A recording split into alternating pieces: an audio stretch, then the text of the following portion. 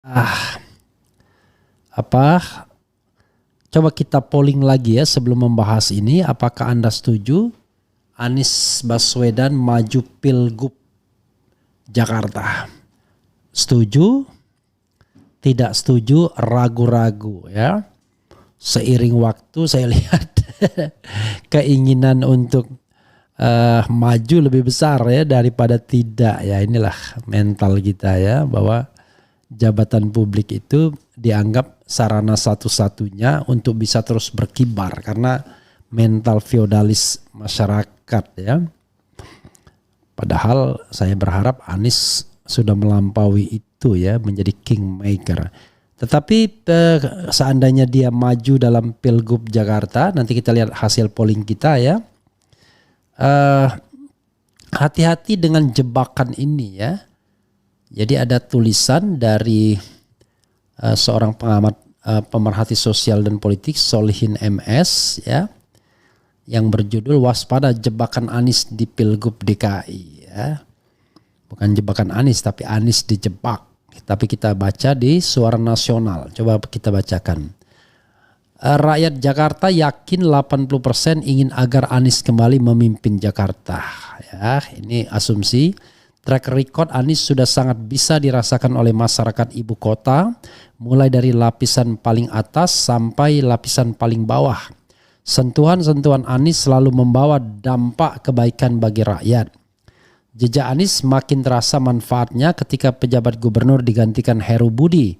Bukan saja Heru tidak becus bekerja, tapi juga dengan sengaja merusak banyak sekali karya-karya Anies, mulai dari trotoar, sumur resapan, sampai program rumah susun yang belum diberikan kepada warga Kampung Bayam. Padahal sobat era sekalian, dulu pengkritik Anies mengatakan kenapa Heru kelihatan baik karena Anies tidak bekerja. Terbukti ternyata Heru yang kemudian bikin rusak Jakarta ya. Sayang jika rakyat Jakarta di tangan Anies, Jakarta dari kota kumuh telah disulap menjadi salah satu kota terindah di dunia. Barangkali berlebihan ya. Wajar berbagai penghargaan sebagai yang terbaik telah diberikan dari dalam dan luar negeri. Tidak ada gubernur yang sehebat dan sedekat Anies dengan rakyatnya. Kalau kota terindah di dunia perlu kita perdebatkan Mas ya, objektif saja. Itu kalau Sudirman Tamrin ukurannya. Tapi kalau pinggiran Jakarta ya masih lah ya, masih kotor. Masih bau bau kalinya warnanya hitam, buang sampah sembarangan dan lain sebagainya. Sayang jika rakyat Jakarta akhirnya harus kembali ke masa lalu yang penuh kesemrawutan dan problematika termasuk penggusuran. Persoalannya negeri ini justru tidak ingin ada orang Indonesia pintar, negara maju dan rakyat sejahtera. Para oligarki Taipan dan Cina komunis yang dibantu oleh para pengkhianat dan ketum parpol penjilat selalu menghalangi negeri ini untuk mandiri dan berdaulat. Kekacauan yang terjadi di Pilpres 2024 bisa berimbas pada pelaksanaan Pilgub. Adanya destruktif Jokowi Effect yang telah menghancurkan seluruh tatanan demokrasi dikhawatirkan bakal terjadi di Pilgub. Jika benar terjadi, suara rakyat sudah tidak berguna lagi. Ya memang sudah tidak berguna kan. Ancaman kekacauan akan terus terjadi sebelum Jokowi disingkirkan. Selama masih ada Jokowi, dinastinya antek-antek Cina, para ketum parpol jongos oligarki Taipan dan para penjilatnya sangat sulit mendapatkan pemilu yang jujur dan adil. Dan itu banyak sekali. Jika saja pemilu jujur dan adil, dipastikan Anies menang di atas 80%. Jika pemilu jujur dan adil, Anies jadi presiden, kan sama saja seperti itu.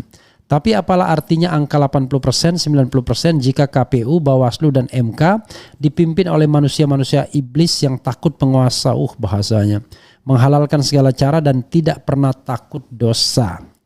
Jika ketua KPU masih dipimpin oleh Hasyim Asyari, ketua Bawaslu masih Ahmad Bagja, dan ketua MK masih Anwar Usman atau Soehartoyo yang bisa dibeli dan takut intimidasi penguasa, jangan harap pemilu bisa jurdil.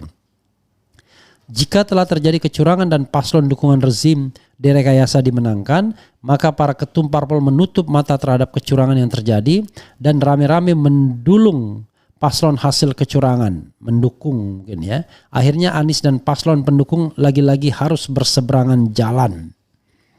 Anies dan paslon pendukung, maksudnya apa ya? Partai pendukung mungkin ya. Siapa yang bisa menjamin Pilgub 2024 jurdil jika penyelenggaranya masih orang yang sama? Akankah Anies akan dizalimi untuk kedua kalinya tanpa antisipasi yang matang? Jika Anies dicurangi lagi, bagaimana sikap para pendukungnya? Pemilu akan jurdil jika ketua KPU, Bawaslu dan MK diganti dengan orang yang berintegritas, suci, tidak terjerat korupsi dan tidak takut intimidasi penguasa dan siap mati syahid. Wah, ini terakhir ini yang gila ya. Semoga negeri ini segera ditolong Allah agar kembali menjadi negara yang maju dan bermartabat. Bandung 6 Zulkaidah 1445. Pakai Arab malah ya. Ya, sahabat era sekalian, itu tadi ya. Ada beberapa detail yang harus kita garis bawahi. Misalnya memang yang memimpin pilkada seluruh Indonesia adalah KPU ya secara umum, tapi jangan lupa bahwa yang namanya yang namanya pelaksana itu adalah KPU DKI, tentu dengan supervisi KPU pusat ya, tentu dengan cawe-cawe kekuasaan kalau kekuasaan ingin kembali menempatkan orang-orangnya di pemerintahan daerah. Jadi sahabat daerah sekalian ya, mereka yang mendorong Anies maju sebagai Pilgub Jakarta ya, dalam Pilgub Jakarta itu selalu berasumsi bahwa pemilihan itu seperti tahun 2017. 2017 pun sebenarnya ada ketidakfairan juga ketika Ahok kemudian dalam status tersangka harus menghadapi sidang, kemudian harus juga bersaing dalam Pilgub. Jadi kita harus jujur lah mengatakan bahwa itu tidak fair kalau kita bicara tentang fair competition ya. Nah, dalam situasi seperti itu Anies menang ya kan, situasi yang tidak normal sesungguhnya. Nah, sekarang kalau situasinya normal 0-0 ya, tidak ada masalah dengan Anies, tidak ada masalah dengan lawannya misalnya fair competition, ya saya masih yakin Anies menang. Tapi persoalannya adalah sekarang ini penguasa sudah tahu caranya bagaimana dengan menang dengan curang tersebut. Securang-curangnya, segentong-gentongnya, sebabi-babinya. Itu yang jadi persoalan. Suara bisa belok, sahabat era sekalian. Dengan intimidasi, dengan panggil semua lurah dan lain sebagainya. Suara bisa belok. Itu yang menjadi persoalan yang orang lain seolah-olah menafikan ini, menutup mata. Makanya saya terus terang lebih tertarik dengan agenda untuk melawan, ya, merombak struktur kekuasaan yang tidak benar. Atau katakanlah kita beri satu kesempatan bagi Anies untuk bertanding lagi. Let's say Anies menang dengan segala pilkada comberannya misalnya. Lalu apa yang bisa dilakukan oleh Anies untuk kemudian membuat pemilu itu jujur dan adil kalau mau maju di 2029? Bukankah langkahnya makin terbatas? Apakah dia menyuruh orang lain lalu dia yang menikmati hasilnya untuk berkompetisi? Kan menjadi tidak fair juga. Walaupun kita tahu bahwa kalaupun dibiarkan secara alamiah, Anies tetap yang paling potensial untuk maju di 2029. Kita kan bicara tentang kualitas sumber daya manusianya. Ya. Karena itu kita akui, kecuali ada momentum yang luar biasa, muncul aktor lain yang barangkali jauh lebih diharapkan. Tapi kalau trennya biasa-biasa saja, maka Anies akan selalu diharapkan. Persoalannya adalah ya bagaimana menjamin bahwa 2029 itu pemilunya fair kalau tidak ada upaya untuk melakukan perbaikan-perbaikan dari sekarang. Sebagai contoh misalnya, sekarang ada upaya untuk merevisi undang-undang pemilu, bayangkan. Revisi undang-undang pemilu mau dilakukan oleh anggota DPR sekarang, mereka punya ambisi. Sekarang itu kan lahan untuk perjuangan. Bagaimana misalnya menghapuskan presidensial threshold, bagaimana kemudian rekrutmen KPU, Bawaslu dan lain sebagainya. Harus dicari sebuah formula agar pemilu ini memang dekat ke arah pemilu yang jujur dan adil. Bukan pemilu yang gak karu-karuan. Bukan pemilu yang penyelenggara pemilunya berkali-kali dinyatakan melanggar etik tetapi tidak pernah mau mengundurkan diri. Dan celakanya DKPP pun kemudian melihat pelanggaran etik itu secara individual masing-masing kasusnya, kan sontoloyo namanya. Kalau begitu nggak ada gunanya kata-kata peringatan terakhir, keras dan terakhir. Karena setelah peringatan keras dan terakhir itu ada peringatan keras dan terakhir lagi, ada peringatan keras, ada peringatan dan lain sebagainya. Jadi buat apa? Itu yang kemudian kita tidak habis pikir ya. Jadi sobat era sekalian, pertanyaannya adalah kalau Anies maju pilkada DKI, apa keuntungannya? Apa mandatnya? Apa keinginannya? Kalau kemudian menjadikan gubernur DKI sebagai panggung politik menuju 2029, saya kok merasa inilah penyebab kenapa pejabat-pejabat publik kita kemudian tidak ada yang amanah. Kenapa? Karena jabatan itu tidak dijadikan lahan pengabdian tetapi menjadi batu loncatan. Ya. Kalau memang niatnya untuk 2029, ya sudah persiapkan saja 2029. Tapi kalau niatnya untuk mengabdi kepada Jakarta, biarlah waktu yang akan membawa Anies kemana nantinya. Apakah tetap dicintai untuk maju di 2029? Apakah sudah tenggelam misalnya? Tapi dia bekerja baik di Jakarta. Kalau dia misalnya bekerja di Jakarta dengan niat untuk 2029, itu lebih baik diluruskan dulu niatnya. Ya, kita tidak boleh dirugikan dengan pejabat-pejabat publik yang menjadikan jabatan itu sebagai batu loncatan. Jadi ini pendukungnya juga harus diluruskan niatnya. Kalau mau mengabdi di suatu tempat, berpikirlah itu adalah pengabdian terakhir. Sehingga kita membuat karya sebaik-baiknya. Setelah itu kemudian ada orang yang ingin menjagokan kita dalam jabatan yang macam-macam, ya itu konsekuensi saja karena kita bekerja sebaik-baiknya, sehebat-hebatnya, bukan karena kita campaign sebaik-baiknya menggunakan fasilitas negara. Kan ini kan terjadi juga kepada beberapa orang.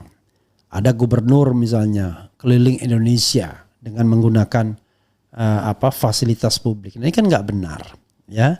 Datang kepada pertemuan kepala-kepala desa di provinsi lain misalnya. Jadi hal-hal seperti ini yang harus dihindarkan dari semua pejabat publik agar tidak menggunakan jabatan publiknya untuk mengincar jabatan lain. Susah ya kalau sama Refli Harun ya. Standarnya harus tinggi ya. Tapi ya begitulah. Ya. Jadi luruskan niat dulu. Anda mau jadi gubernur DKI itu buat apa? Kalau menjadi gubernur DKI untuk batu loncatan 2029, kasihan sekali penduduk DKI-nya. Kan begitu.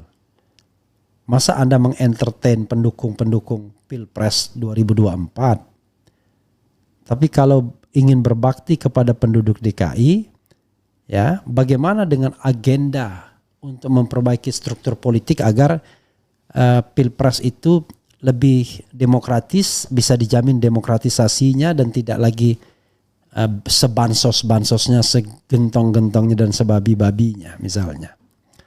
Kan itu yang menjadi persoalan. Ya, kita tidak boleh melawan keburukan dengan keburukan pula. Kecurangan dengan kecurangan pula. Kemudian tipu muslihat dengan tipu muslihat pula. Nggak ada gunanya. Ya, lawanlah tipu muslihat dengan kebaikan, lawanlah kecurangan dengan kelurusan. Soal kalah dan menang, Allah Subhanahu wa taala akan tahu di mana posisi kita. Itu yang paling penting. The most important thing adalah kita tetap berada di jalur yang lurus, ya. Jadi jabatan bukan segala-galanya, tapi yang segala-galanya itu adalah perjuangan untuk mendapatkan ridho dari Yang Maha Kuasa untuk mendapatkan bekal kehidupan setelah mati nanti. Itu sesungguhnya kan kehidupan kita di dunia. Jadi kalau kita misalnya menjauhkan kompetisi pilpres, kompetisi pilkada dari urusan-urusan akhirat, wah itulah yang terjadi. Seperti yang terjadi dengan salah satu legislator yang ingin menghalalkan money politik. How come? Kok money politik dihalalkan? Bukannya money politik harusnya diberantas. Bagaimana cara memberantas? Tahu anggota DPR. Cuman kan mereka tidak mau melakukan itu masalahnya. Karena bagi mereka jabatan kemenangan adalah segala-galanya. Menjadi anggota DPR itu adalah uang yang berlimpah, kekayaan yang berlimpah. Makanya semua orang ingin berlomba-lomba pada jabatan itu karena sudah mengetahui bahwa miliaran rupiah akan didapatkan setiap tahun sebagai anggota DPR. Kan sontoloyo jadinya kan. Boro-boro mengabdi kepada masyarakat. Oke, sobat era sekalian.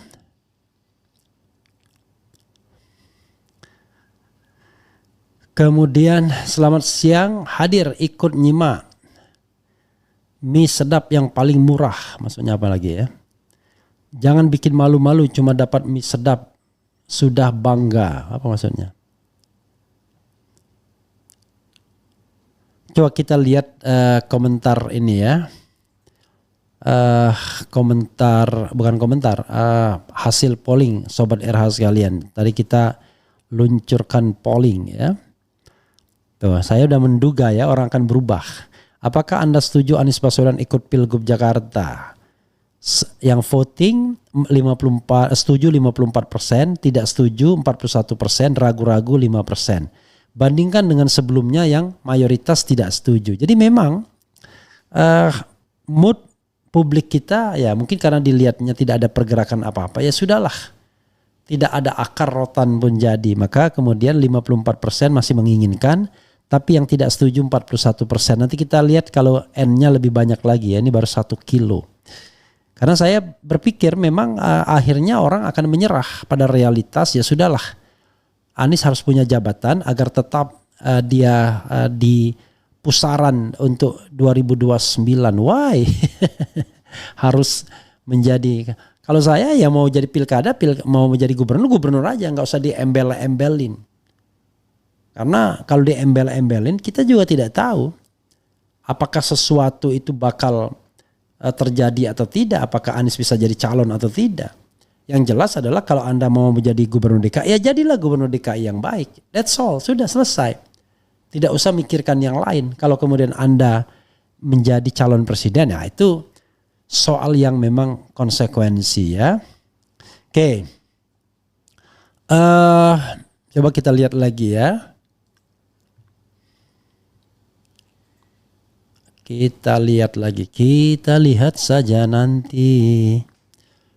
Oke. Kemudian selagi sistem tidak berubah, janganlah Bapak mau jadi eksekutif di negara ini, Pak. Ingat, berbagai cara untuk memenjarakan Bapak melalui KPK. Itu juga penting. Tadi selain ada persoalan etis ya, apa yang mau dicari menjadi gubernur DKI? Ya tadi, bahwa jaminan tidak akan dicurangi. Kalau begitu kita curangi juga. No, saya tidak akan pernah ikut dalam rombongan yang melawan kecurangan dengan kecurangan. Melawan keculasan dengan keculasan. Tidak. Sampai kapanpun saya mengatakan money politik itu haram. Mengambil jabatan dengan dengan menyuap rakyat itu haram. Jadi sampai kapanpun tidak akan berubah sikap seperti itu. Tapi kalau kemudian orang kemarin 01 juga melakukan money politik. Ya tunjukkan buktinya. Tunjukkan buktinya, kan buktinya nggak ada kan. Oke. Pak Refli Harun, tolong jangan lagi mencontoh sifat Wowo yang menjijikkan seperti marah-marah di TV dan mengatakan sorry ya kita bukan anak kecil dan lain-lain. Saya geli RH mencontoh manusia bejat seperti Wowo. Kok mencontoh? Saya nggak mencontoh. Beda lah. Saya marah itu terkontrol, bukan marah beneran. Habis marah saya rangkul orangnya, saya ajak salaman, ya kan. Beda kalau Prabowo, marah-marah betul, disalami saja tidak, Anies kan begitu.